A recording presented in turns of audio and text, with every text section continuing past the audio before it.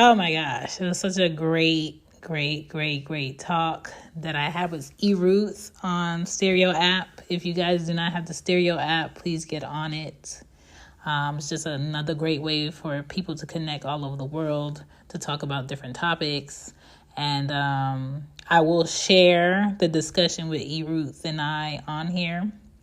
I will also share my thoughts further on the topic about abortion and self respect and what can possibly change the high numbers in America regarding abortions and some more things. So, if you are at work and there is an HR issue listening to this topic out loud, please get your headphones. Please listen at your desktop with your headphones. Please enjoy your day and do not allow anyone to stress you. If your kids are in the car, maybe you might want to put on something else and this may not be a topic for them. But if you do have teenagers or those young children who think they know more than you, who have access to smartphones, please allow them to listen. My name is Shan, and this is She Gets It. And let's get into it. That's not my name, but we just need to get them out. Right. So what brought us to this topic, right? So I don't know if you got to listen to, I don't think it was like 2 weeks ago. I can't really remember who was having the talk because my memory is terrible. Two men were having the talk, which we did say was refreshing. Yes. That two men had the conversation, but two men cannot give abortion the correct detailing that it needs because they do not have and they are not mothers. Yes. It was. I'm glad they weren't like aggressive and angry. That was like I was like, okay, this is sensible conversation. Men trying to have a stake in it. But again, it goes to the point that there, like you said, there's just not enough. There's not enough of men sharing experience to be able to say it should be one way or the other. But it got me to thinking about the fact that there's this maternal mortality rate in Black communities that are like, it's worse. They said that it's worse for us than women in Syria, and they had like bombs and stuff. Exactly. So my name is Shan from She Gets a Podcast. That is Eruth. She's an intelligent mother of more kids than me. Okay, and she's married, so don't come on here disrespecting. Okay, all right. Be nice. If you have nothing good to say, please do not comment. All right. This whole show is to educate people more so on the self-responsibility and self-respecting aspect of abortion, more so than to get an abortion or not to get an abortion. Because I think there's nobody can tell another woman what she can do with her body. And I don't feel like another person should. But I think we as human beings, as adults, have the responsibility to educate women and men on their self-respect and their personal responsibility of their bodies. And I think that's where you start, because you cannot criminalize abortions and think that's going to stop it, because it's not. Okay, just because a person can go to a bank and rob it and go to jail doesn't mean they're going to stop robbing banks. We see that they're still robbing banks. They're willing to take that risk. All right.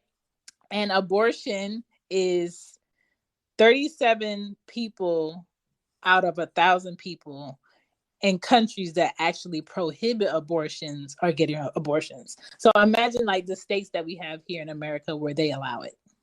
Mm-hmm. And what really made me want to do this topic is I sent Eruth an article that said since January 1st of 2021, there has been over 1.1 million abortions already in America. And what that tells me is people are out here just fucking, not caring. People are out here uneducated. People are out here feeling like having sex is going to make them be more light, is going to get them further in life. People out here do not respect um, life, their lives, a child's life that doesn't act to be here. And people out here are either terrified of having kids during this whole shit show in America, which I slightly understand, but it is a responsibility factor of making sure that you're never in a position to have a child be a possibility that I'm more concerned about. And I am aware that there is a lot of sex trafficking issues in America, always has been, but for some reason is heightened now. Mm. And I just want to know, when did we stop respecting the act of sex?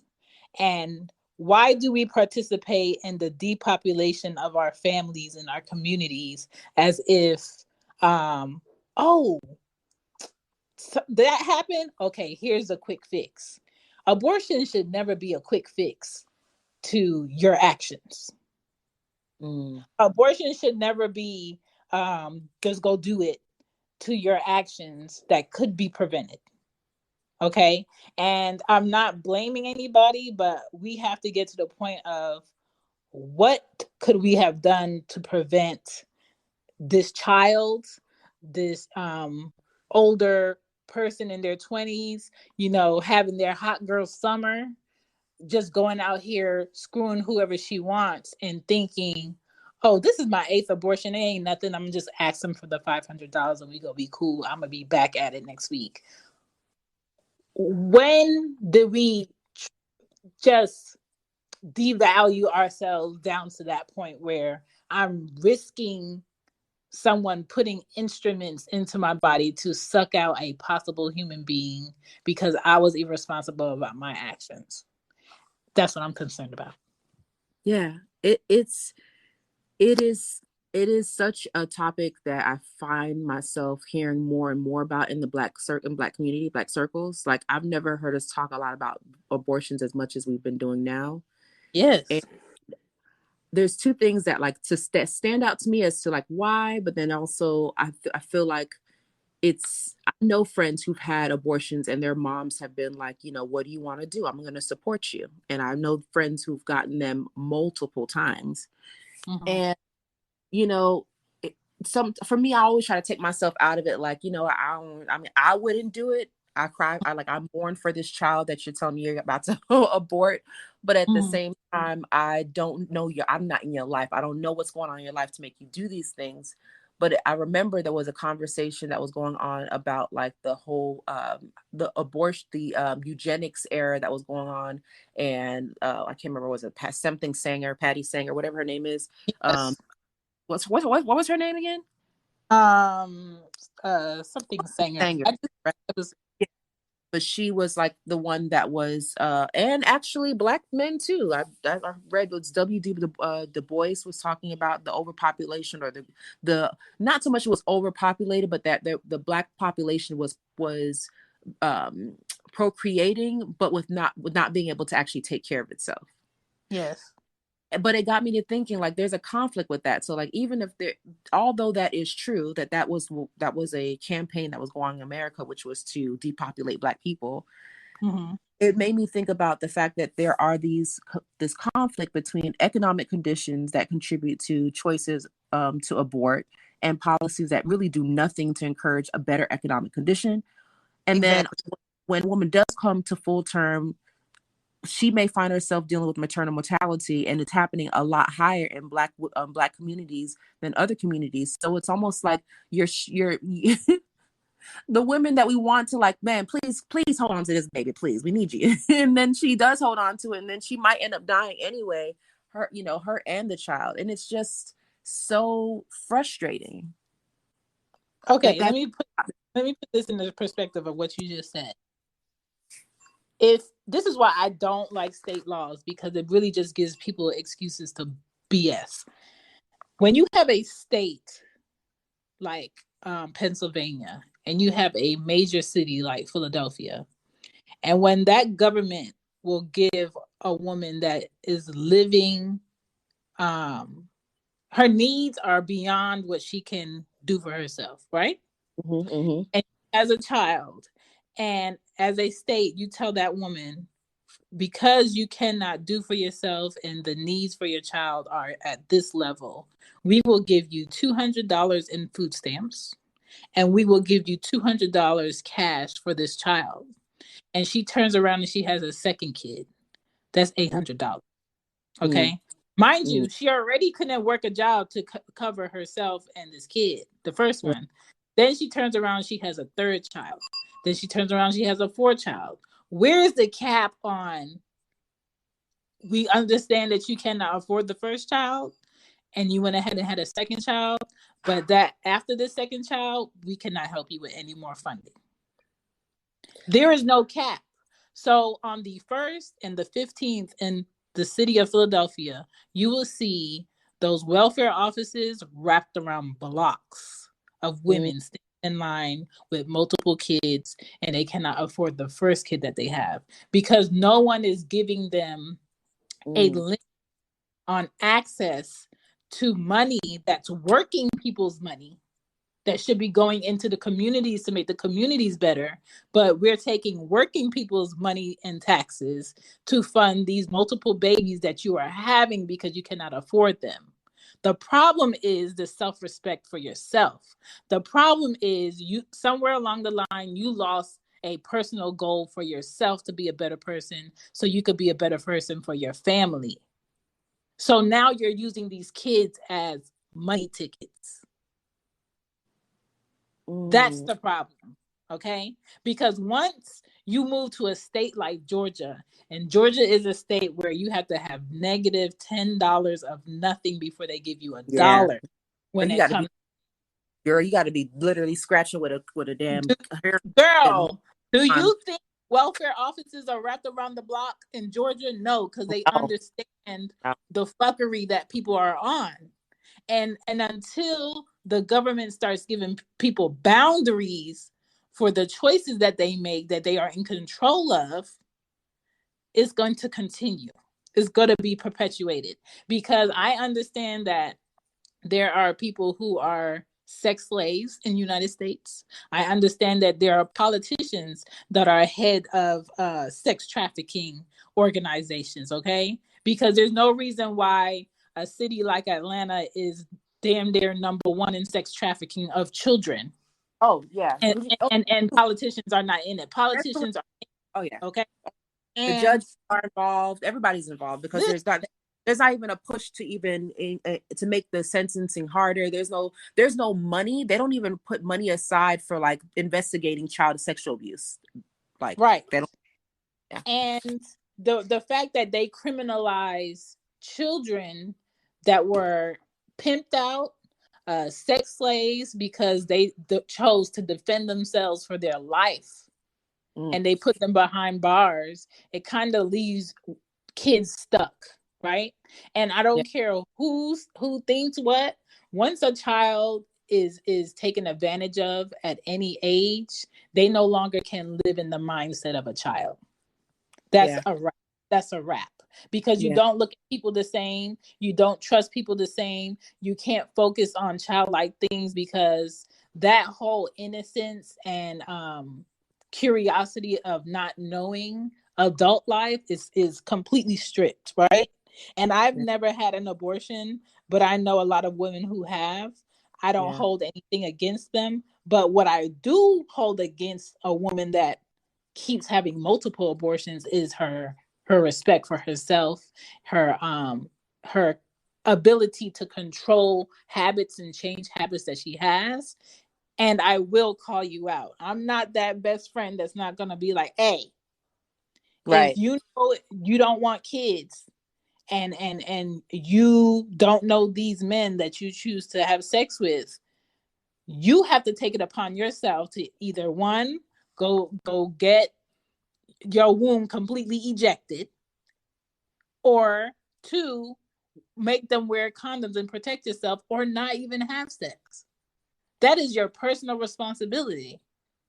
And I do agree. I do think that women should have more responsibility, but I think it's one of those things where if you know better, you do better. Because it goes back right to that example of that child being molested, then becoming your body looks like a woman, but then your Yeah. mind is like not, right? And so Right. you're making these decisions and choices that's leading you down this pathway of getting pregnant over and over and over again. And that's been the case. All women that I know that have had multiple abortions, they have that kind of past. It's kind of like exactly Yeah. that, some There kind of was a molestation. yeah, there was a girl, well, a woman that had, I think, 3 or 4 kids. Mm, And her first time she got pregnant, she was 12 years old.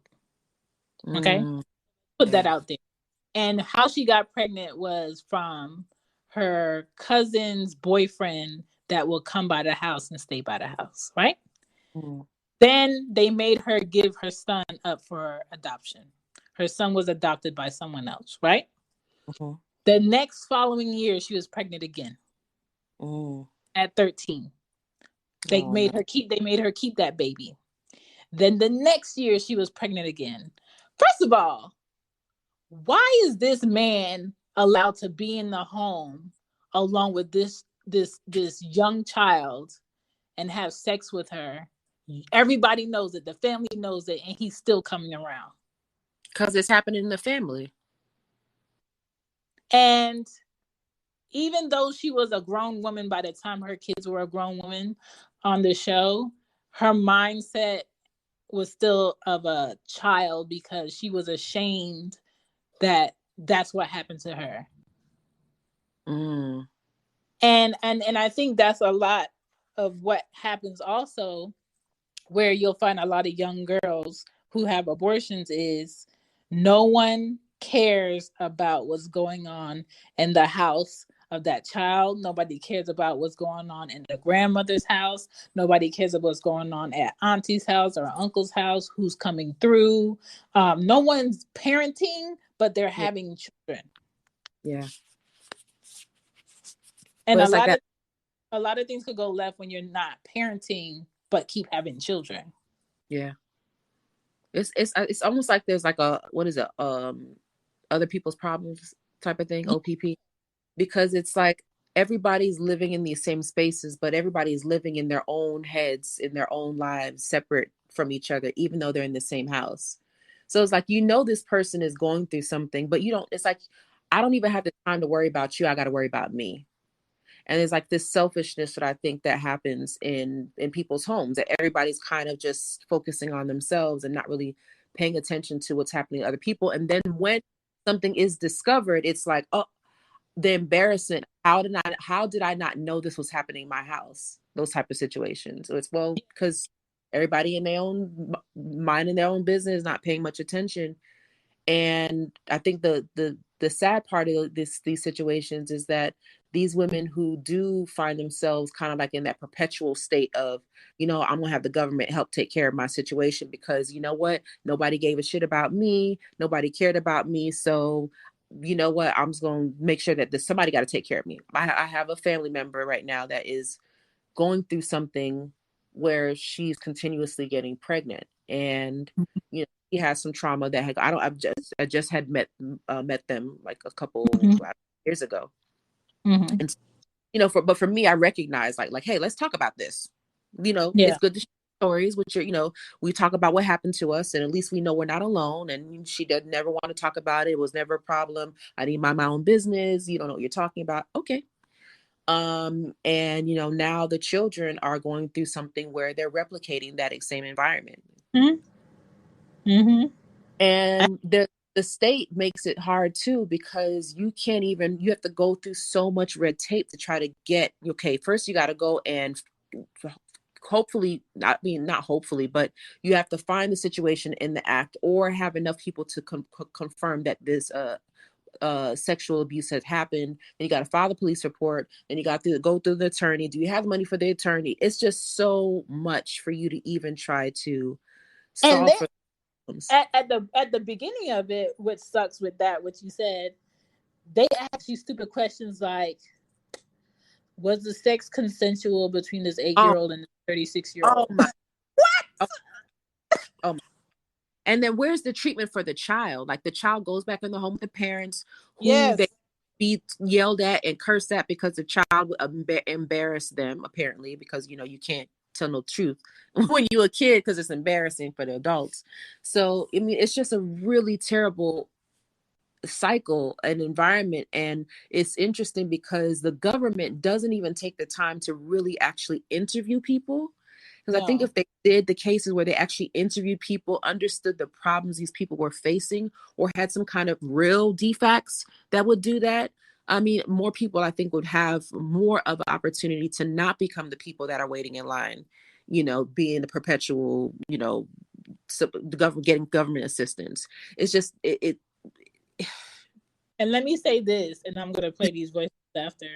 I understand that people that work in child services are over flooded with folders oh, upon folders of cases of families that need to be looked at in detail, but that is no excuse to not have a proper, effective step process of removing the child, yeah, thoroughly investigating, yeah, coming back and visiting, doing random pop-ups, yeah, um, and making sure that home is completely filtered out of what was the problem.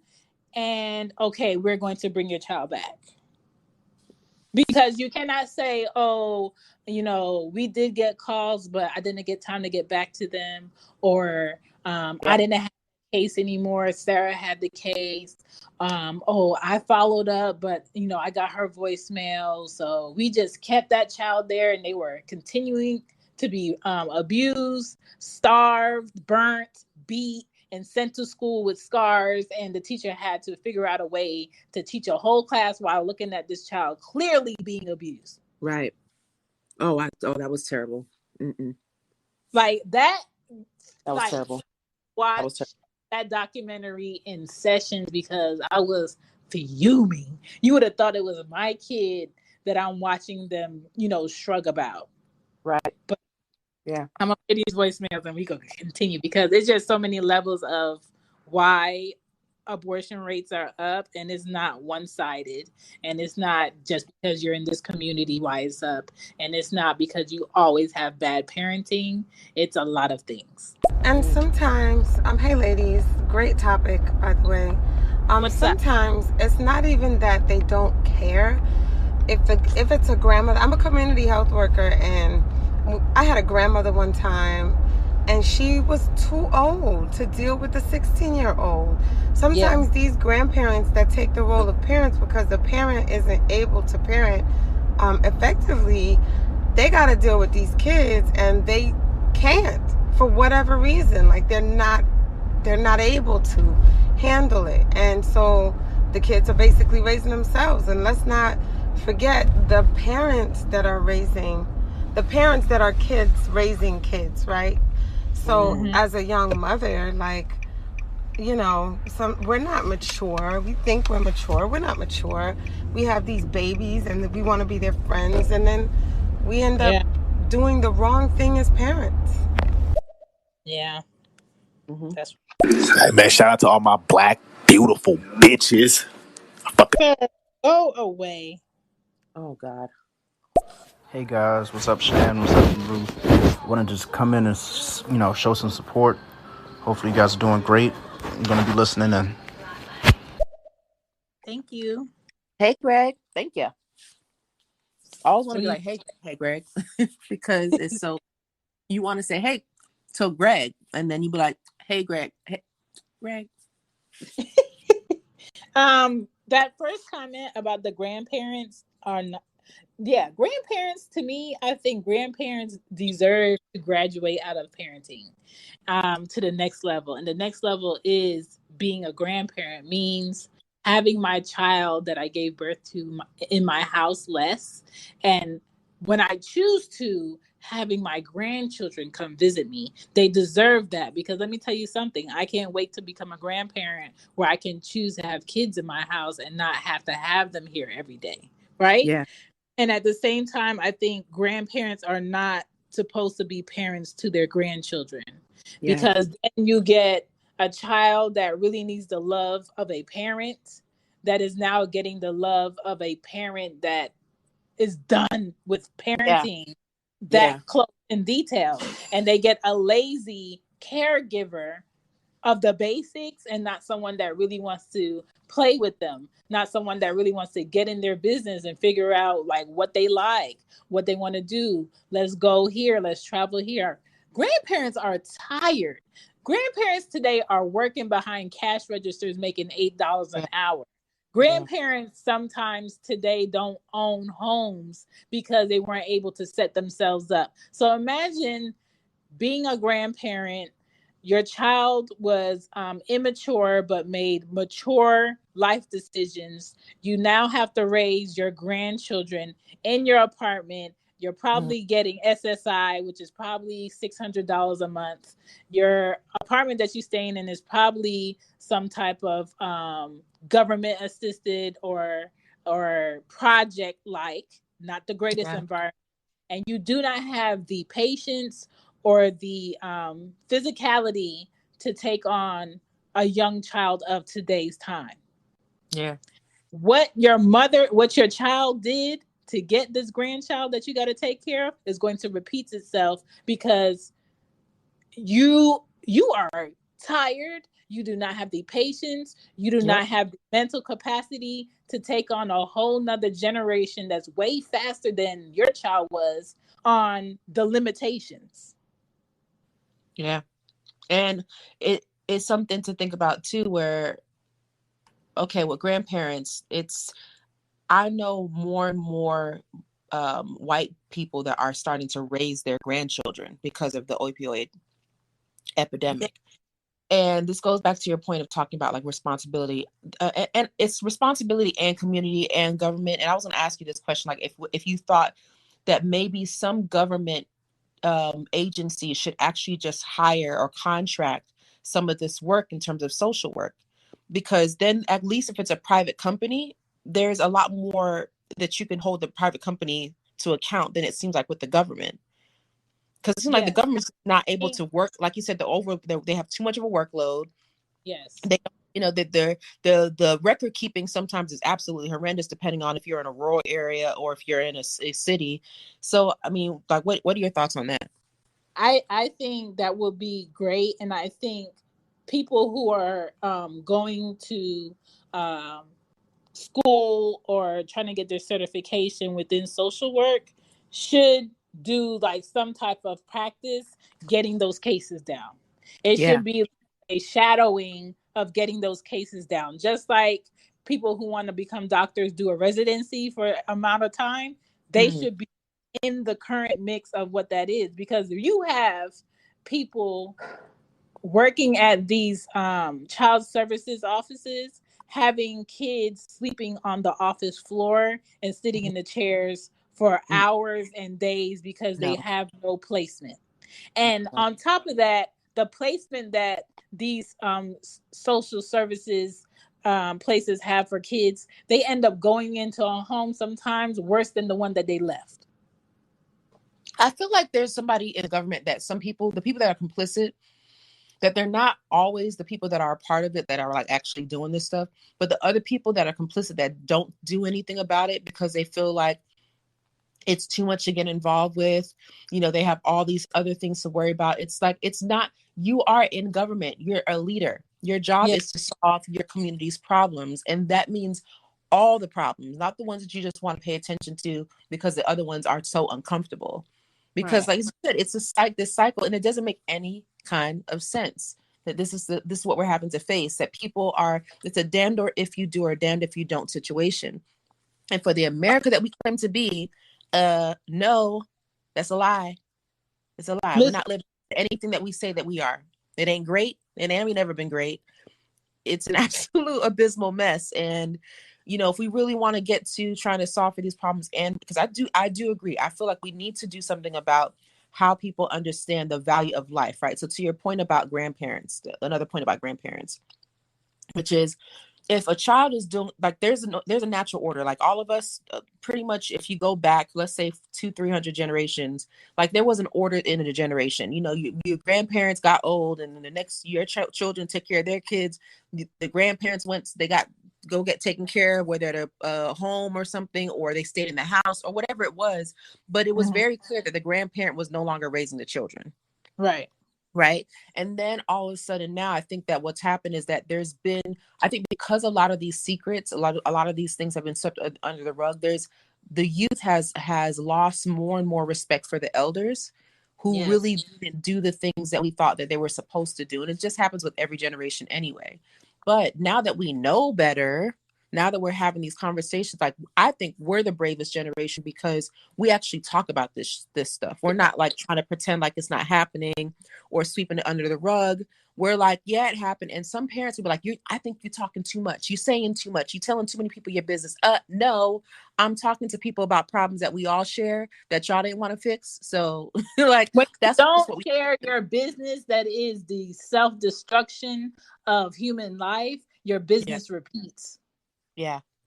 Like if I opened a business and I had a business for 45 years and it did great in sales and it did great in customer service, and then I had a child and they said they wanted to open a business and I did not share my knowledge with them, what's going to happen? I'm going to watch my child fail when I could have helped them or prevented it. And that's what this is. This is the epitome of society thinking they don't have to say anything about children or young adolescent people who have more internet access and more sex access than we did a generation behind them. And they want to teach sex education, but they don't want to teach self-respect and self-discipline and how to have goals and be owners and not be workers. This is the epitome of a bad curriculum that we've been following for decades. Yes. And I know that a lot of people will say, well, I teach my kids in the house. I teach my kids this, but that's just you and your one house. Right. The rest of everybody else is not getting the same information you're getting. So you're putting, in a way, by in not being necessarily complicit, but not necessarily being involved enough, whether that is speaking up, talking to other people, asking people questions like, what does your family talk about in terms of sex education or whatever it is? Like, that's just a part of like the positives that we can get of getting ourselves, of what our generation is doing to work out of it. And we're gonna play some bubbles in a minute, but yeah, it's really we'll do that and then come back again. Okay. Hello, I'm Pete. I just entered this Hey Pete. channel 8. I'm not sure. I read B&L abortion versus maternal mortality. I don't. Please elaborate a little bit on what your topic is, please. Okay, so we're basically discussing abortion being over 1.1 million at the start of this year, January 1st, 2021, and what the actual problem is with the issue of maternal mortality being that women can go through carrying a baby, but the time in the United States that they want to have birth, they'll probably die from birth over any other country that's poorer than the United States. And is it a problem of self-respect? Why women are having abortions at the level that they're having? Is it a problem of not being preventative in teaching about the body and talking about sex enough and responsibility? Why women are having so many abortions, and just getting the idea of why our numbers are so high compared to other countries. That's what the topic is about. Hey y'all. For me, it kind of feels like, I've been saying this for a while, it kind of feels like we're gonna have to take back our youth, as far as just changing over our culture, so we have a brighter, more healthier culture. And I really do think we need like schools, like boarding schools where kids could go in the week, and it'll be a guilt-free kind of thing, so parents that don't have the resources or whatever to raise children, that they can drop their kids off somewhere. They'll be safe and free of abuse and harm, and they can learn a lot of things that schools haven't taught them. Just a whole cultural shift, because it seems like our culture is so bad. All we doing is just breeding bad culture, and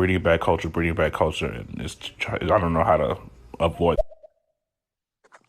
What do you think? I mean, I remember when I used to go to after school, I used to go to the rec by the park, Mhm. and the lady was really nice, and we did activities and stuff like that. But little boys were still nasty as I don't know what. And I don't know who was there, but Hello. I do think though that with if I feel like if we're talking to people who are openly having these conversations and it's not uncomfortable for them because they recognize that it does need to be addressed as a problem. Like, we don't have time to be all grossed out about it. It is absolutely disgusting. It is absolutely gross, but we have to be adults and approach it with solutions and not not wanting to like make it taboo. So I think that we just have I'm open for us trying something, just at least trying something. We're not trying anything. We're just doing the same thing over and over again. So Yeah, this is what I see, and I want the curriculum for all public schools to change, and parents who don't want that curriculum can scoop up their money and stay for a private school that's going to do what they want to do as far as a curriculum. But I want all public schools to stop this sitting in a desk teaching for 8 hours of the day, and I want kids to be taught the things that they're actually going to use in adult life. The basic math, and when it starts getting basic, stop. I yeah, want the basic grammar, and when it stops getting basic grammar, stop.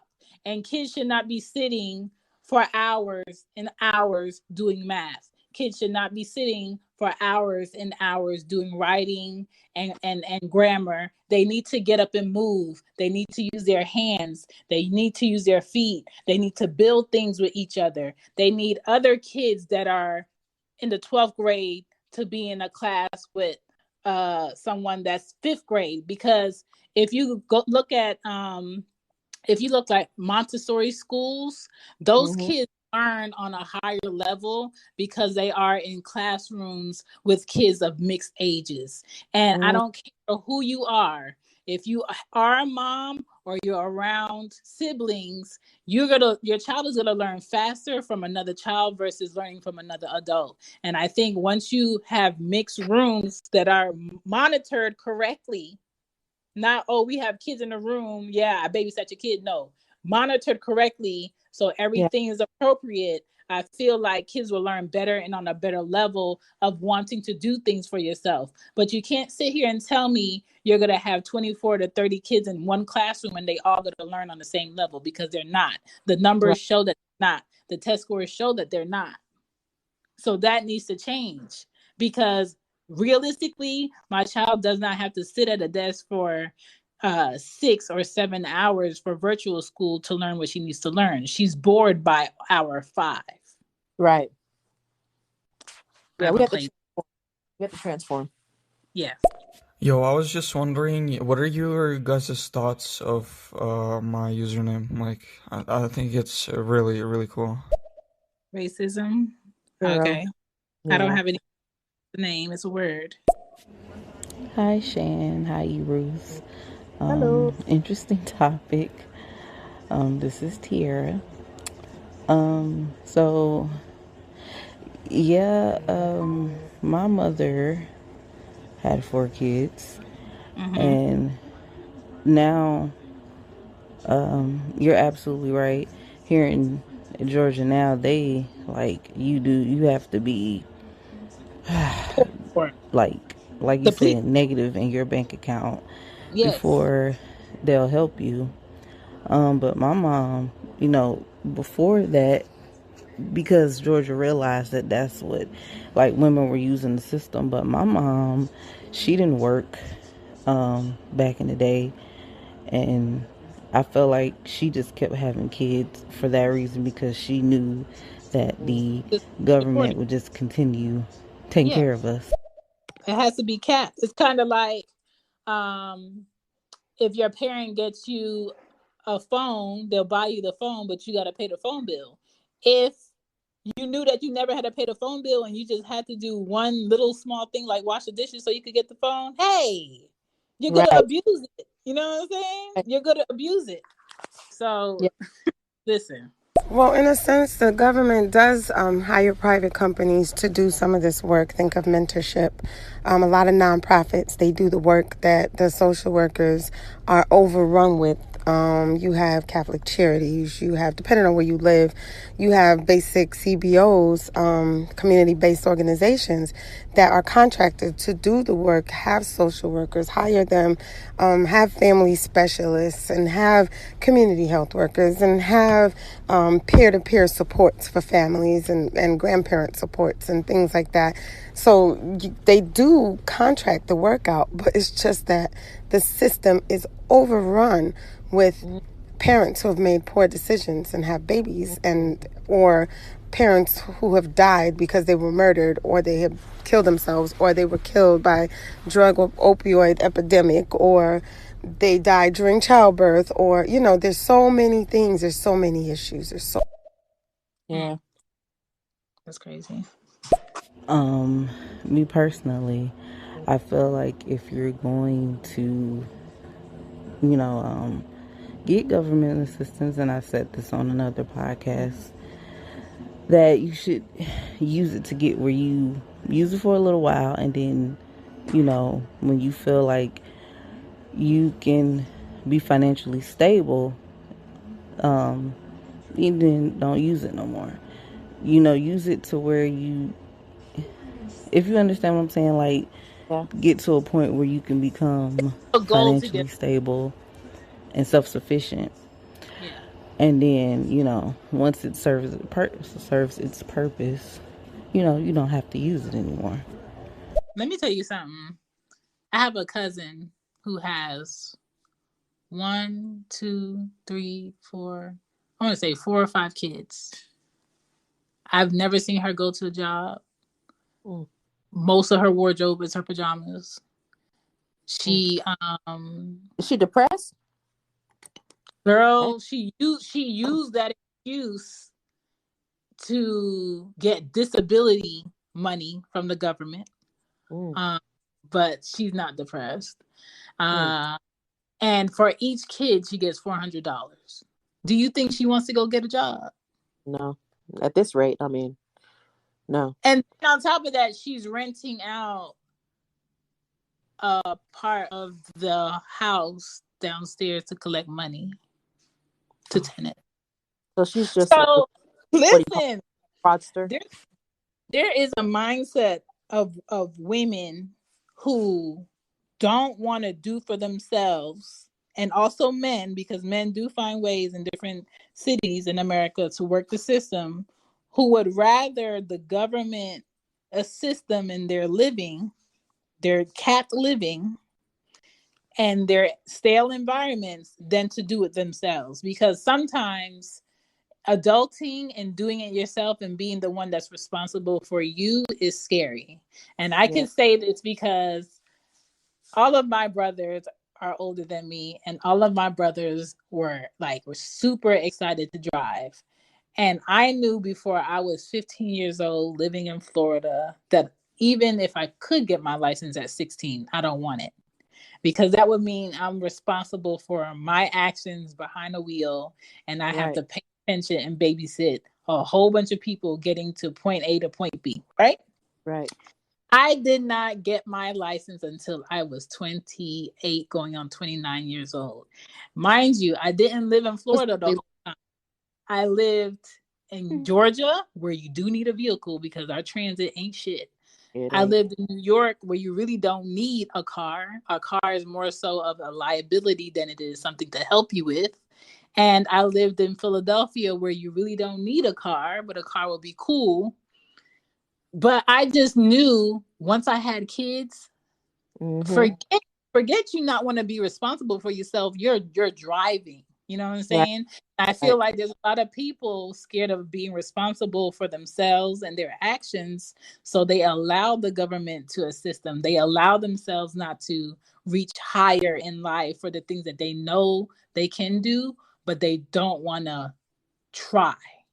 I mean, to your point though, that behavior is like just taking advantage of the system, because it's like low level, there's low blue collar crime, white collar crime, poor people crime. I guess some of these people just be like, you know what, this is a job to me. I just got to go get my paperwork every couple weeks, and I Yeah. make sure I get it turned in, and I'm getting the money I need to get. I mean, it's easier for some people to do that. To me, it's harder. To me, I'm like, whenever I've had to go get government assistance, I'm like, oh Lord, I got to do this. You Right. I know that you stand in line for 5 hours, but you need this document, all right? Oh, oh, nobody. That to me is motivation enough to be like, I never want to. Listen, the DMV alone, like, I'm going to the DMV 2 months before my license expires just to make sure I got it and I don't have to come in here. You know Yeah, what I'm saying? yeah, And some people are preventative in life and some people aren't. Some people yeah, are preventative about their vaginas and some people aren't. Some people are yeah, preventative about their penises. Some people aren't. yeah, But it takes one penis and it takes one vagina to change your yeah, life. And yeah, now I change your life, I'm saying it could change your life in a left way, not a right way. yeah, This is why we need beautiful young ladies like yourselves to come on down to the city and the state office and learn policies and procedures. If you don't know them already, but learn policy and learn how to fight in government and learn how to vote and elect your local government officials and learn how to talk to your state representatives and your city representatives and your town representatives. Like, we need parents and we need interested persons, even if you don't have children, to fight these fights and to become these elected officials to make these decisions, because really the people a lot of times that are in there are either very tired from working against the tide or old money that's just been in there that got bought into it by the old boys club. you're right. Disgusting. We do need to get more involved, and that is something that I'm journeying on this year. I really want to talk to a lot more local officials. I do want to get to more into the community. I don't want to be complicit anymore, and just a lot of the stuff and not that I cause it, but the Mm-hmm. fact that, I mean, the good thing, I will say this, is that we are voting a lot more Yeah. than we ever have before. We are getting involved in our local, I do vote locally. I do vote for the state. I don't just go do my midterms. I do that too. But I do know I need to do more. Like, I need to know who the judge, who the chief is. I need to know if it's a public event. We can come. we don't know invitation. We're allowed to come. So Um, this is why platforms like Instagram, where you could be instantly in the discussion about something, is very yeah, important to have, because you don't have the masses controlling your news and your information all the time. You have yeah, people who want to educate other people instantly with a click of a button. And yeah, through this election, especially down here in Georgia for the Senate, a lot of regular people did their research and gave you the rundown on each policy and what that would mean for your community. And I yeah, think sometimes people are going to have to get their information in dummy form. That's what I call that, where they don't put the work in for the information, but somebody gives it to them. But that breakdown helped yeah, me make a better decision when I got to that poll.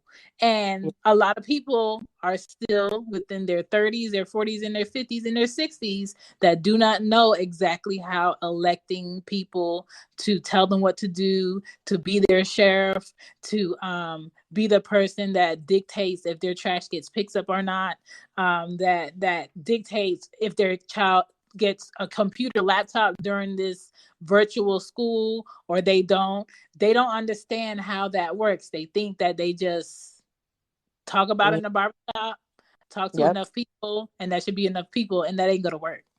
yeah,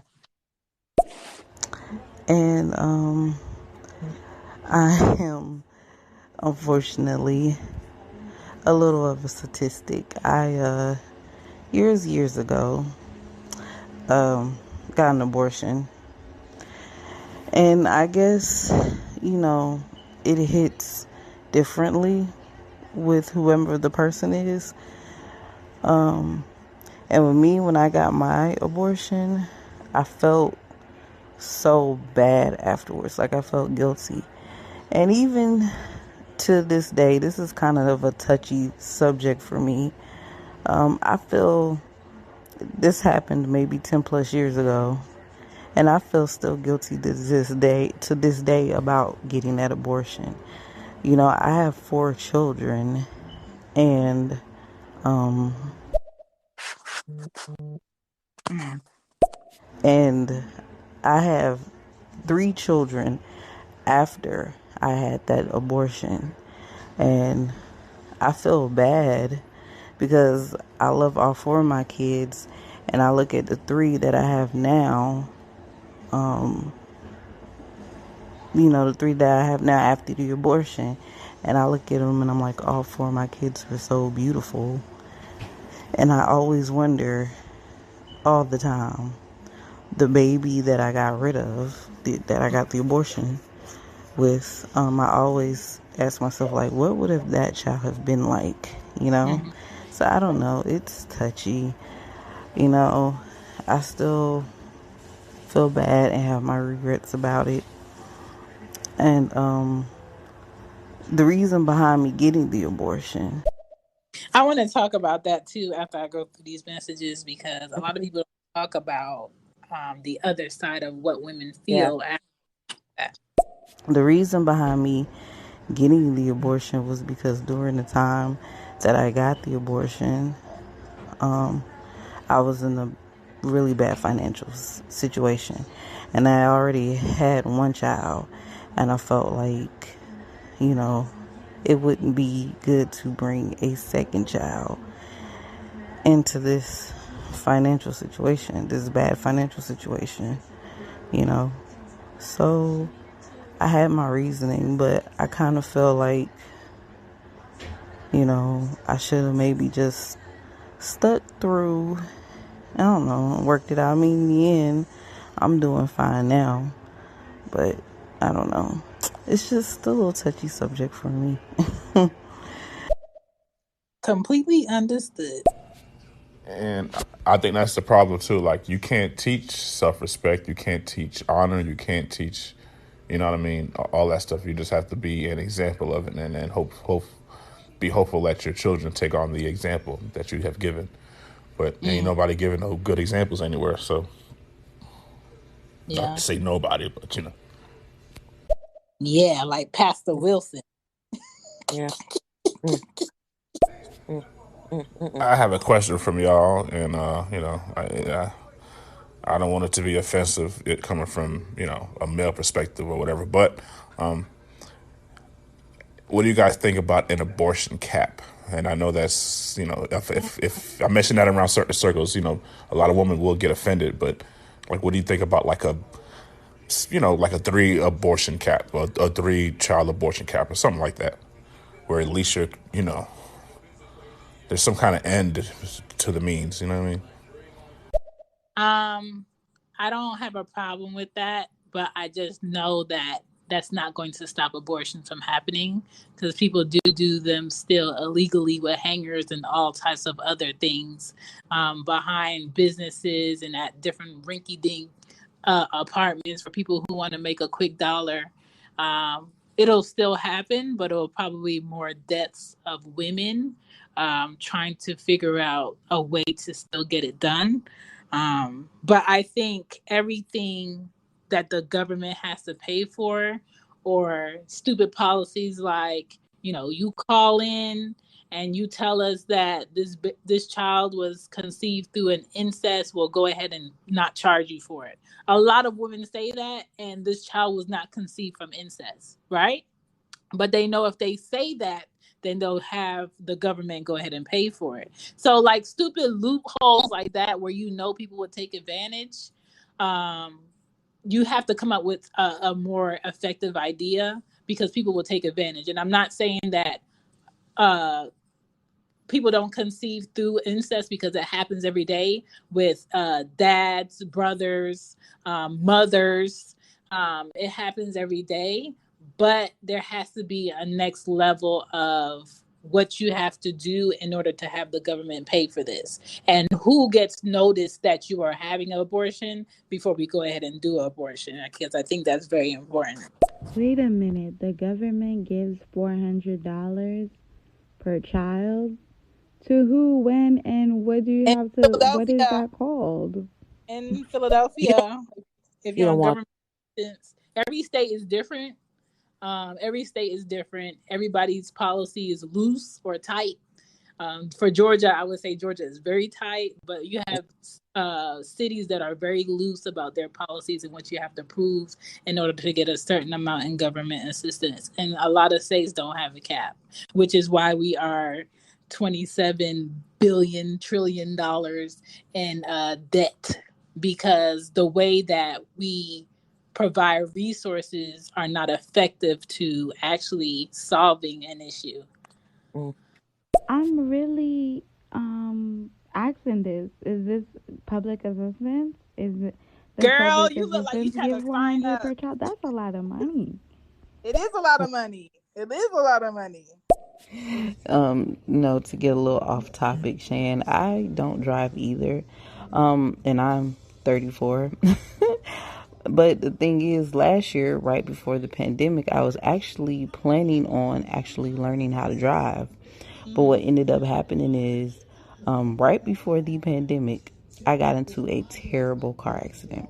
And so because of that, that killed all my hopes and dreams of ever wanting to learn how to drive, because for that same reason, because not only are you responsible for yourself, Yeah. you're responsible for other people. And being in that car accident, because Shane, let me tell you, I thought I was dying. And that traumatized me. So now, and even when I drive with other people, I'm like on guard now, because the car accident kind of just scarred me for life, pretty much.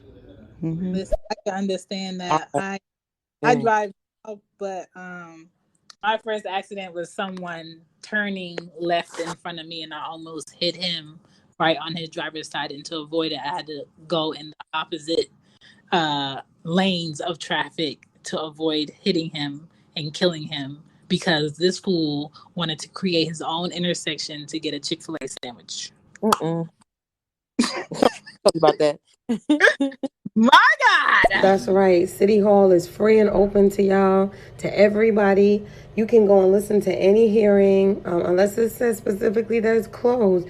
You're welcome to every neighborhood revitalization zone NRZ meeting. You're there for every town hall, any elected official, any superintendent speaking, anything like that. Anything. You can ask questions, because the city hall is your space, it's your spot. You pay taxes, and so therefore you run it. And if we act like that, then we have more of a say so. The other thing is, if you're parents, if either one of you or if anybody listening is a parent, look up the N as in Nancy PLTI, the National Parent Leadership Training Institute. They offer free classes on policy and lawmaking. They have a CLTI for children. It's just a really great course that you can take for a couple months and get a certificate and get involved. I like Thank that. you so much. Play the next button. I'm saving that. Okay. Hey, what's up? How are you? Hello.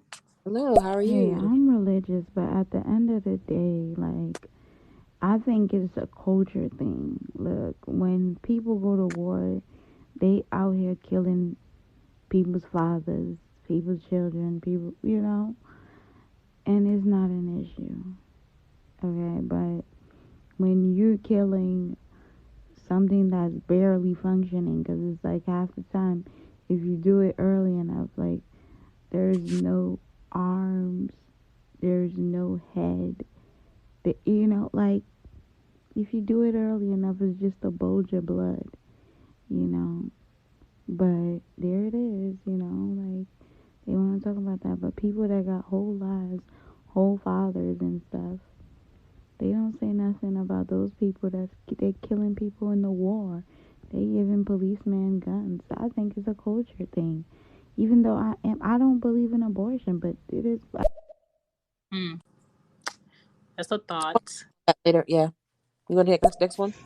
Yeah, I just think about how I was also caught in a situation similar where I was in a financial crisis. I was actually homeless, and my daughter's father, he wasn't supportive at all. And though I had people who I know cared for me and loved for me, it really came down to me just asking myself those hard questions and asking myself, just evaluating my support system. And I actually came down to the decision to plan to open adoption for my daughter.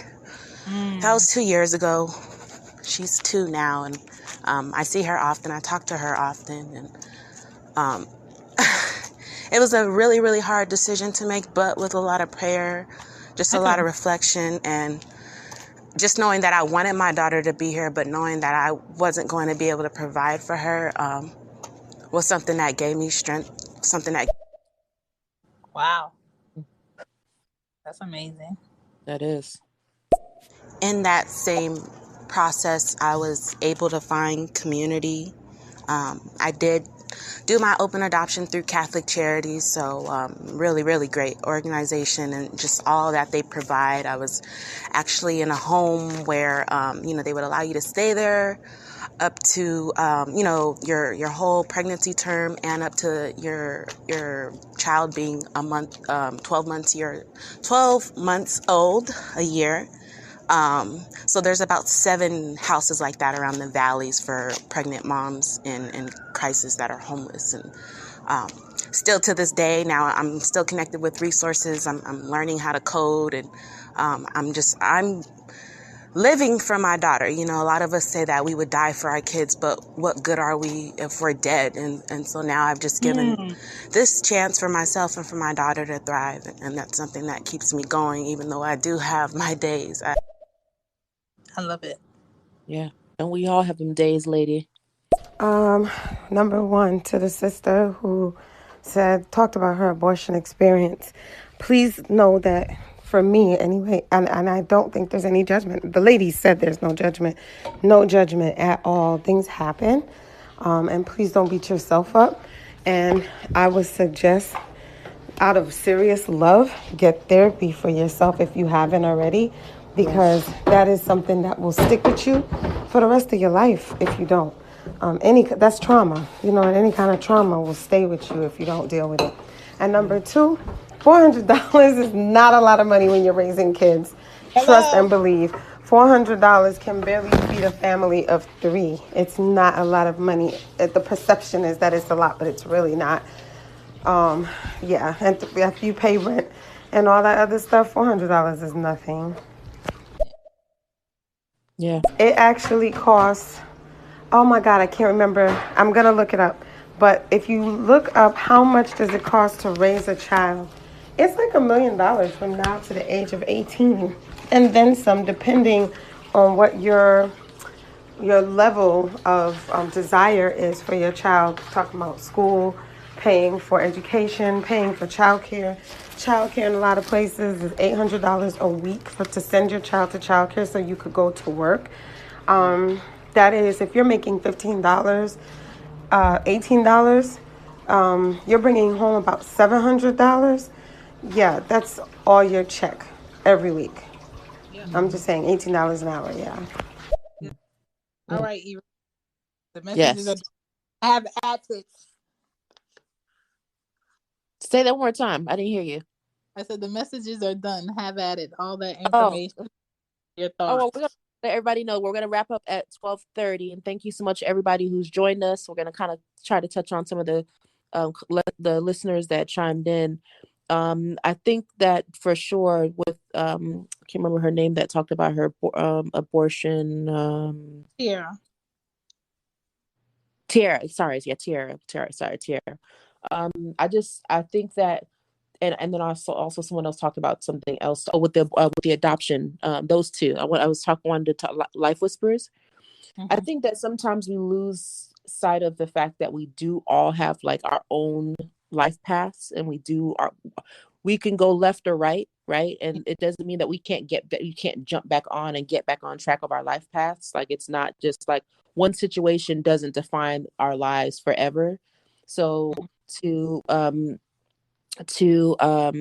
Carrie's point, it's Carrie Grace's point about getting therapy in all those situations, right? Like the guilt of the courage of having to put your child up for adoption. This takes a lot of courage to do that. I think it takes some courage to actually go do an abortion as well. But then on the other side of it, we know that, the guilt, anything that we know that we feel like we did wrong is going to always be something that haunts us. It could be anything. I mean, we all can reach back and be like, oh, I shouldn't have done this. I shouldn't have done that. But the important thing is that once we do learn, right, that we do get some kind of therapy, that we start to continue keep working on ourselves. And I've heard from what I've been hearing, that's the journey that a lot of us have been taking, and that's okay. And I think sometimes in our society, it's like that, what I was saying earlier about the damn if you do, damn if you don't. Even when we do try, the amount of support that we should be getting for the efforts, they're nowhere to be found too.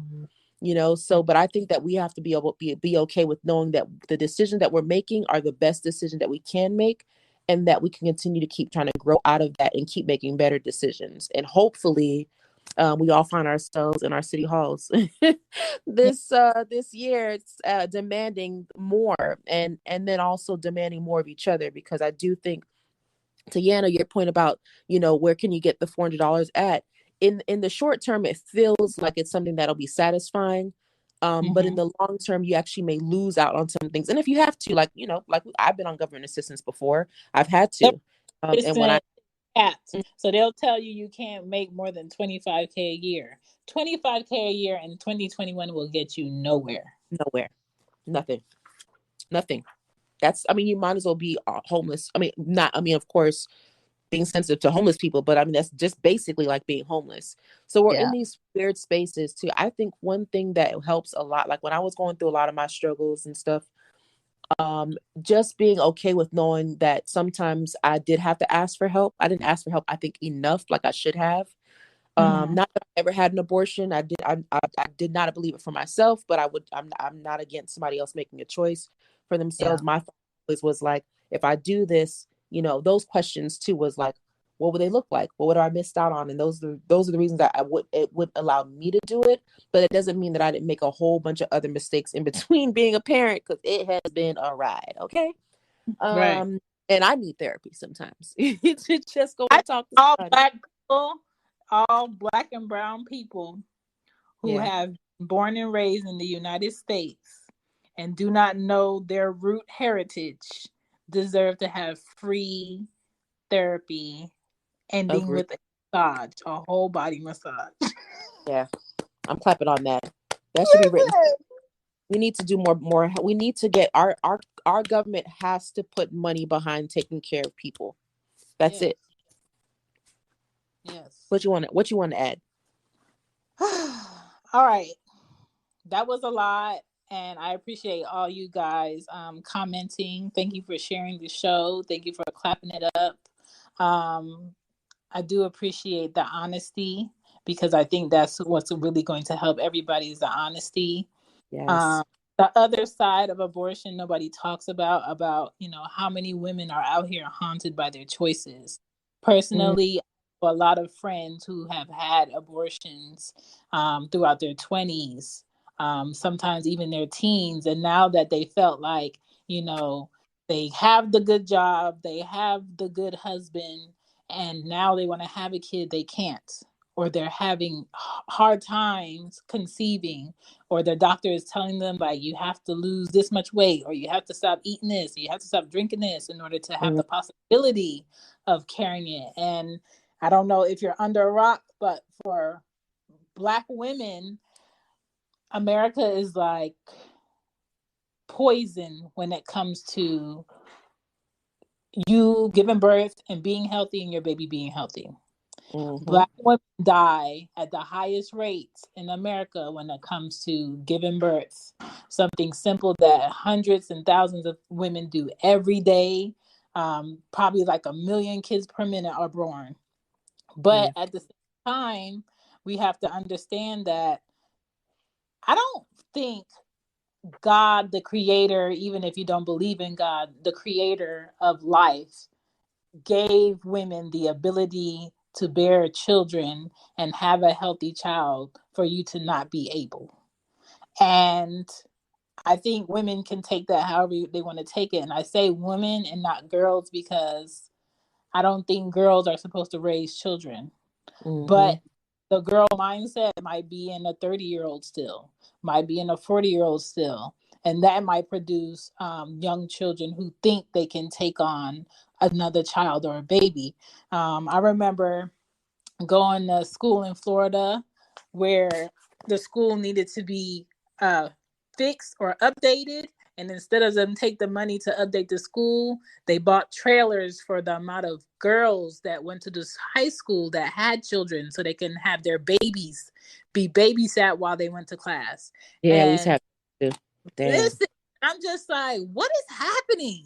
Damn. Why is such a big number of teenagers having children to the point where we're not going to update the school for the rest of the students that don't have kids? We're going to make sure there's a daycare for these ladies to have their babies be here. And I understand that they wanted to help, but I think we had a wave of, it's cool to have a baby. I want to get on MTV Babies at 16. You know what I'm saying?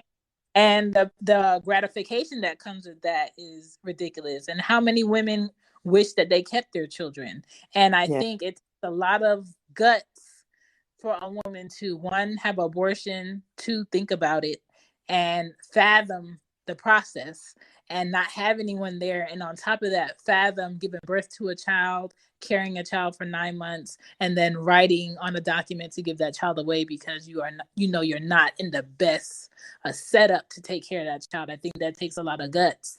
And I just wish women that do that and make those choices the best.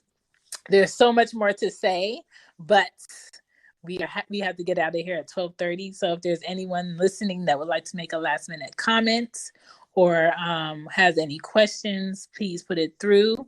Thank you for listening to the show with Eruth. Thank you for listening to the show with me. I'm Shan from She Gets a Podcast. And we'll be back with another one soon. Probably be on a different topic, but definitely a topic that needs to be talked about.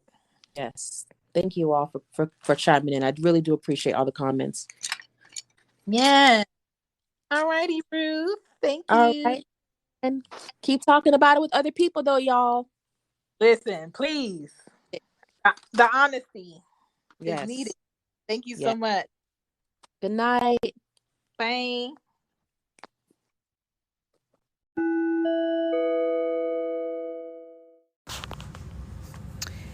Again, an amazing talk that we had on Stereo app. But to add to it, I do appreciate one of the commenters on Stereo app when she said a lot of people always say that they will die for their kids, but would you live for your kids? And she was speaking on the fact that she did have a child at a young age, and she was not financially prepared to take care of a child, and she decided to have that child, but signed that baby over for adoption.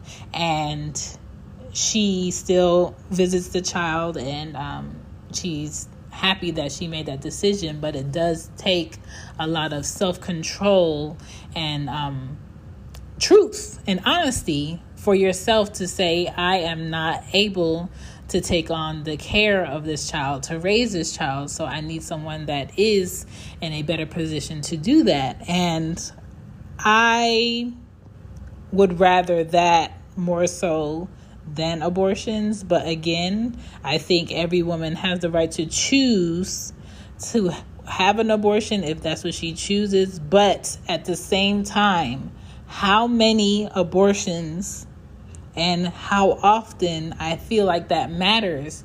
And I feel like if you are in a position where you find yourself having to schedule a lot of abortions back to back, you have to sit with yourself and ask honestly, is there something that I could be doing better with my actions so I don't get here again?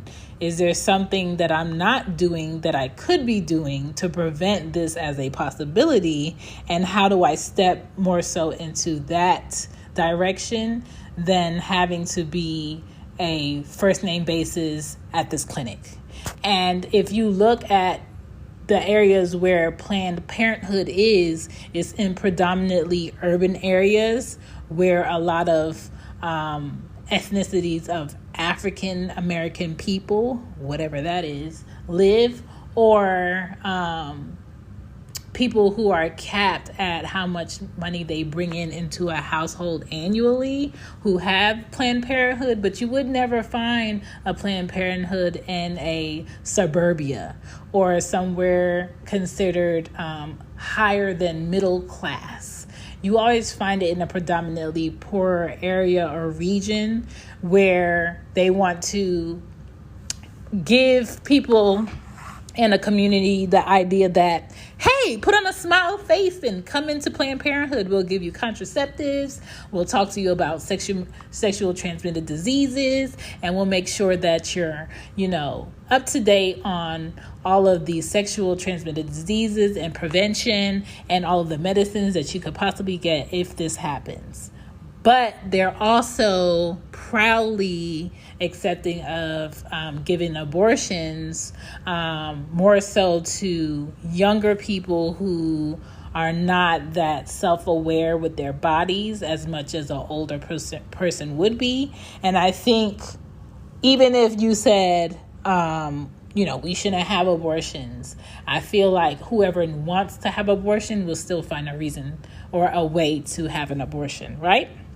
And I think we need to see what we can do to change our habits so we don't have to get to a point of needing an abortion.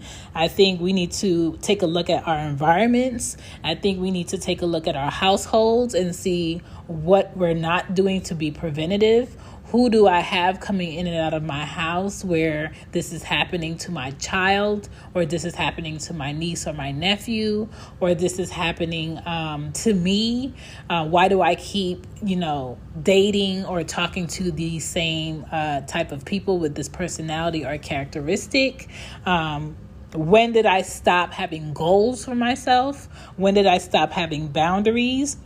Because it is a level of self-respect that has to come into play when you see the numbers of abortion being over 1 million, and we're at January 18th. Okay, the year just started. Our numbers should not be that high. Okay, women valuing their bodies over human lives is an issue. Okay, not having the balance over that. Men pressuring women to not be pregnant, but they want to go in a woman with their penis without a condom. They want to get it raw. They want a woman to get on the pill, but they don't want to wear a condom.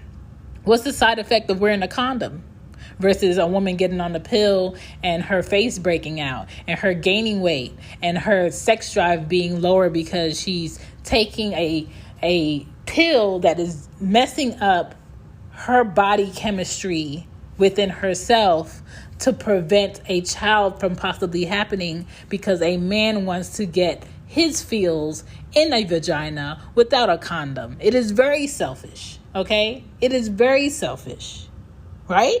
And no one wants a new child during uncertain times, and I understand that. But there is a responsibility and a con that comes with not wanting a child during these times. Not wanting a child because I don't feel financially prepared at this time. What are my options? Your options are you refrain from sex or he wears a condom. All right? And condoms are not 100% preventative. Birth control is not 100% preventative. Okay? All right? Whatever sex position you do, I don't care who told you, is not 100% preventative. Over 25 million unsafe abortions happen each year. That tells me that it doesn't matter if hospitals stop doing it, doctors stop doing it, or policies come into play that criminalize women for doing it come into play. Women are still going to find a way to get this done. All right? So when I talk about self-respect, I'm talking about women and men and young boys and young girls understanding that it is okay to be an individual. It is okay to not move like the masses. It is okay to keep people around who respect you, who know your boundaries and respect your boundaries. It is definitely okay to say no more. All right? I don't care how much you like them. I don't care what car he drives. I don't care how much you like her. I don't care what her hair looks like. I don't care what color his eyes are. Vice versa. I don't care if you, in your mind, have an imaginary baby of what your baby would look like. If you are not mentally, emotionally, financially, and spiritually prepared to take on the life of a child, you shouldn't be doing the things to make one. And if you are doing the things to make one, you shouldn't be doing the things to make one so loosely. And when I say loosely means, all right, when I'm going to come, I'm going to pull out. Listen, let me tell you, that pull-out method is not for everybody. Everybody is not that talented. All right? That pull-out method did not work on the best of us. Okay? Change your habits. What are you doing to refrain from repeating you ending up back in the abortion clinic? How is abortions affecting different races? And I'm going to tell you right now, the numbers for African Americans in America as far as abortions are higher than any other race or ethnicity. Okay? The value of how we see ourselves every day in media matters. The ability to use technology to connect to another individual, another stranger, to meet them for sex is a problem. That's all those dating apps. Tinder. What's the other one? Bubble. What's the other one? I don't use them. I've never used a dating app. And even when I go on social media, I'm not there to find someone to date. I'm not there to find someone to have sex with. I'm not there to find someone to marry. I'm there to talk and have discussions about the things that I like to do. I'm there to promote my podcast. I'm there to connect with other parents. I'm there to learn things, to gain knowledge, to be around and talk to people who are like-minded, to do business. That's why I'm there. I've never walked into a school, walked into a skatering, walked into a store, or walked into a club talking about, I'm going to find love today, Chantal. We going to find love. We going to find somebody to rub up on, and I'm going to find somebody to have my baby. Never in life have I ever did that. Now, I have admired some of God's gifts, okay? I have admired some of God's specimens that he has created, okay, within his image. And it is a beautiful thing to look at. But I also know that I respect myself. I also know that I have boundaries. I also know my purpose. And my purpose is not to sit around and wait for a man to use me, sexually enjoy me, and if he wants to pump babies within me, he can do that at his free will. No, I have a say. I have a say. And I have 2 daughters where I have to raise them to know that they have a say with their bodies. They have a responsibility with their bodies. They have to have a sense of awareness about the friends that they keep, the associations that they, meddle in and hang around, their environments. They have to keep that head on a swivel. If you don't feel comfortable around somebody, say, I don't feel comfortable around you. Please, would you please back up? If you are in a room with a teacher at school, because adults cross boundaries also, authority and policemen and judges cross boundaries also, please, can you leave that door open? And if they don't leave that door open while they want to have a private conversation with you in their office, scream like hell and tell them to call your mama, because I will show up. Like, we have to be having talks to our children about this, our teenagers, okay? Kids are not waiting until their 20s to have sex. Kids have smartphones, which means if you are not talking to your child about sex now, and they have the ability to have a smartphone because you don't want them to be left out as a child, then it is your duty to have those hard conversations about what a period is, what is a bra, what is puberty, what happens to a boy when he becomes a man, what is that white stuff.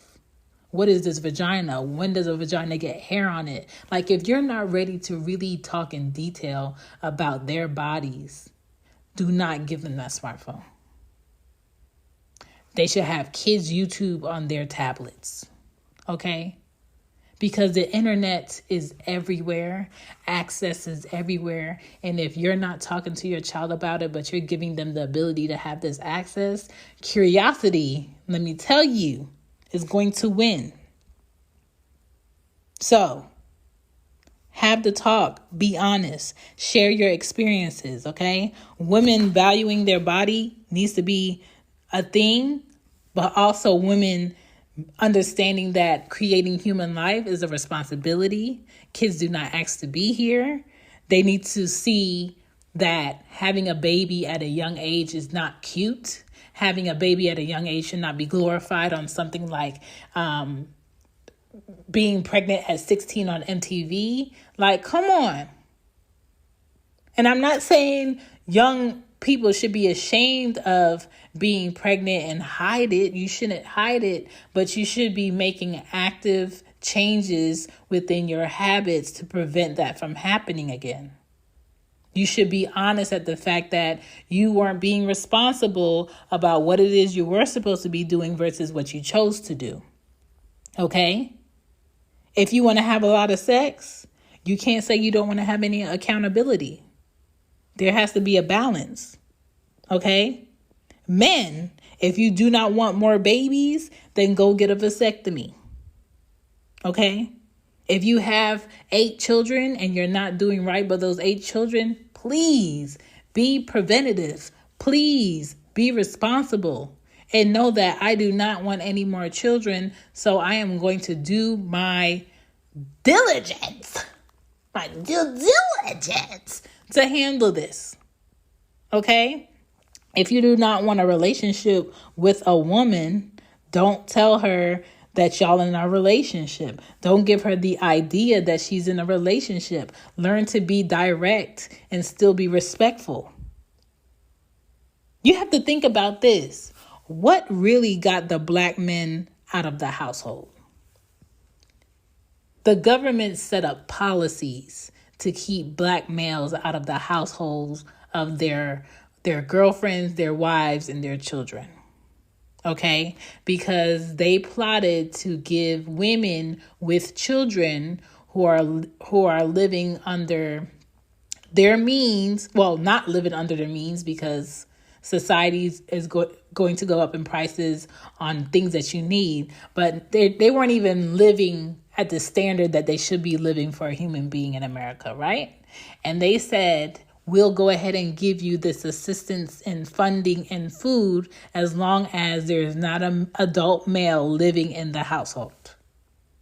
So if you see a father who is not in the household, and then you look to the other side and you see your children, and then you look in the mirror and you look at yourself, who are you going to make sure is okay and able to have food, have light, have somewhere to sleep, have somewhere to play, have somewhere to come home to when they leave school? Your kids and yourself.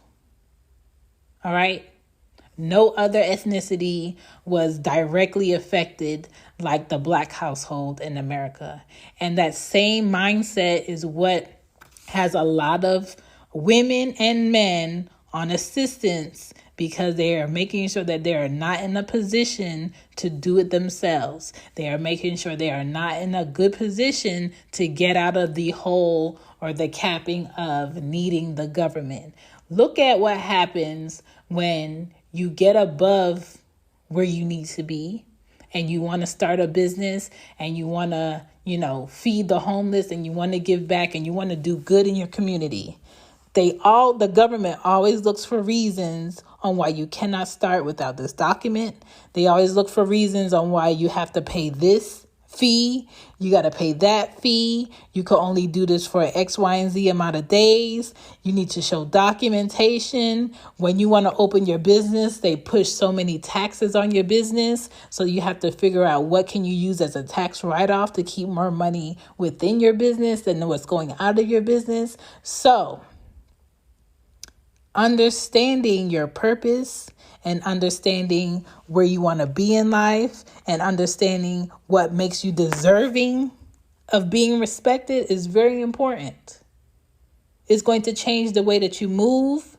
It's going to change the way that you carry yourself. It's going to change the possibility of you being in certain situations, because you are going to know your worth. You are going to know that, hey, I don't know anyone here at this party. It is not smart for me to drink to the point where I'm drunk and I cannot be alert. I do not know anyone here. I shouldn't be in any rooms alone with someone that I do not know, or a group of males, or a group of women that I do not know. I could be taken advantage of.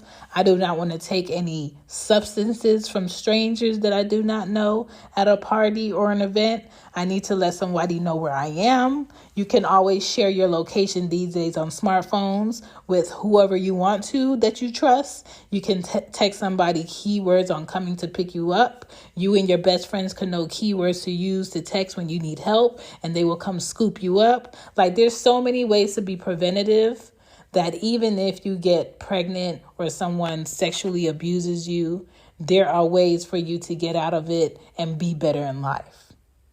Okay? You are not scarred. You are not someone that has to be just like their mother. You are not someone that has to be just like their father. You can be different. You can be an individual, and you can stand in life and know your purpose. Okay? And we have to be honest about our need to improve. We have to be honest about the fact that, you know what?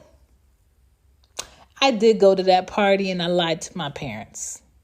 I did drink when I wasn't supposed to be drinking. And I drank to the point where I didn't know where I was. I didn't know what was going on. And I did purposely go in the room with 10 teenage boys, and I did let them do things to me because I really didn't care too much about myself, and I didn't care. And I got pregnant. You know what I'm saying? You can be honest with yourself. All right?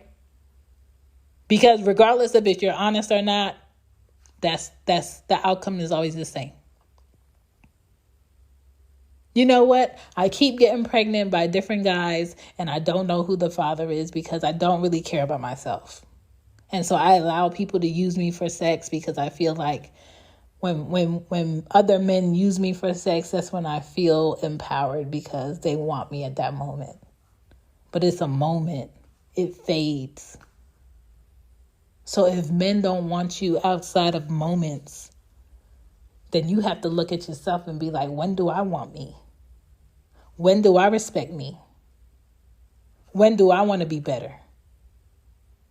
What is my purpose? When did I start feeling like I didn't have anything to gain by myself? When did I start feeling less worthy of having nice things or living a good life or having greater opportunities than this? At what age did I feel like I was born in the projects, I'm going to grow up in the projects, I'm going to have kids in the projects, I will know nothing else but the projects? What am I watching on TV that's telling me this is going to be my life forever? What am I listening to as far as music, as far as books, as far as podcasts that's telling me this is all that there is for me? There is no mistakes in life, right? Especially repeated ones. There is no possible way something can be a mistake if it's by repeated behavior. Okay? There is no way that you can say, I want better, and you're not doing anything to be better. You're not changing anything. You can't say that you want to live a great life when you're scared to change something that's not so great. So when it comes to abortion, I'm not saying I'm against people having it because I believe all women deserve to make a choice. But I'm saying your bodies and sex comes with personal responsibility, and we have to start teaching that as young as 8 years old and 7-year-old to boys and girls. There's a responsibility that comes with having a penis. There is a responsibility that comes with having a vagina and thinking you know what it takes to create a life and thinking you know how to provide for a child. Okay? So, If you are out here and you just in vaginas because they feel like comfy couches, there's a consequence for that, okay? If you are out here and you're allowing men to come lay their penises inside your vaginas like hot dogs and bread, there's a consequence for that. I'm just saying, it's not just a woman's problem, and it's not just a man's problem. It's a global issue, and we have to see what, as a foundation, do we need to get back to get these numbers the hell down, because these numbers are too high. We have a lot of access, which means we have a lot of access to the right information as much as we have to the wrong information. We have a lot of access to people who are careless, just like we have a lot of more access to the people who are responsible about what they do with their day. So, if you're going to have sex, there's a responsibility that comes with that. I do not want to see more grandparents raising their great-grands and their grandchildren, because that happens. I don't want to see more teenagers becoming parents when they can't even take care of themselves. I don't want to see more children stuck in tablets and iPhones than they are outside playing or in backyards playing or creating. We have to bring it back. However you choose to bring it back, bring it back. Okay? What I said earlier about schools needing to change that curriculum needs to change.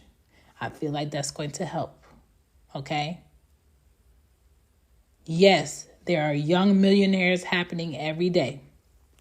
Yes, there are young business entrepreneurs that are kids happening every day. But let's not forget that these children need to be children. They deserve to be children. Let's not mistake the fact that if you can have a song about how you having sex with someone and how you getting all the women and how you getting all the men and how you got that walk, that comes with responsibility. And I'm not saying all of the responsibility is on you, but you are contributing to a picture. What kind of picture are you trying to paint about yourself? How are you showing up in your community? What impact are you making? Do you just go outside and you feel like what other kids do and what other kids say is not your business, but you want your child to play with those kids? Well, let me tell you something. I'll tell you what. Whatever those kids are talking about or think will rub off on your children. They will bring it into your home. Stop being afraid to have discussions that need to be discussed with your kids. Stop. Your kids know, and if they don't know, you need to treat them like they know. Okay? It is better to prepare your child than to try to patch your child up after the damage is done. That's all I'm saying. Thank you guys for listening to a great show. Thank you, Eruth. That was amazing. And, we got to change. We got to change some things, just so some things could get a bit better.